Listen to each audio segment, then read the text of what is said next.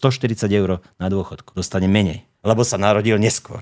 Keďže ja som doštudoval v roku 1988 ešte, tak mne sa započítava do doby dôchodkového poistenia celých 5 rokov na vysokej a 2 roky stredoškolského štúdia. Čiže mne sa vlastne započíta 7 rokov, ale napríklad dnes tým mladším, ktorí študovali až rok 2004 a neskôr, tak tým sa to už vôbec neráta. On dostane o tých 7 rokov priznaných menej a to v prepočte na výšku dôchodku pri priemernej mzde 140 eur na dôchodku. Dostane menej, lebo sa narodil neskôr. Čiže to je ďalšia taká časovaná bomba, ktorá je v zákone, ktorú si ľudia vôbec neuvedomujú. Keď ste mi takto zhrnuli, tak ma normálne, že mi nabehli zimomriavky. Ja jednu vec tým starším neberiem. Rozhodne človek, ktorý má dnes 80 rokov, jednoducho objektívne nemal tie možnosti si privyrobiť, šetriť, ako majú dnešní mladí ľudia. A sú žiaľ odkázaní na to, čo im vie dať ten štát.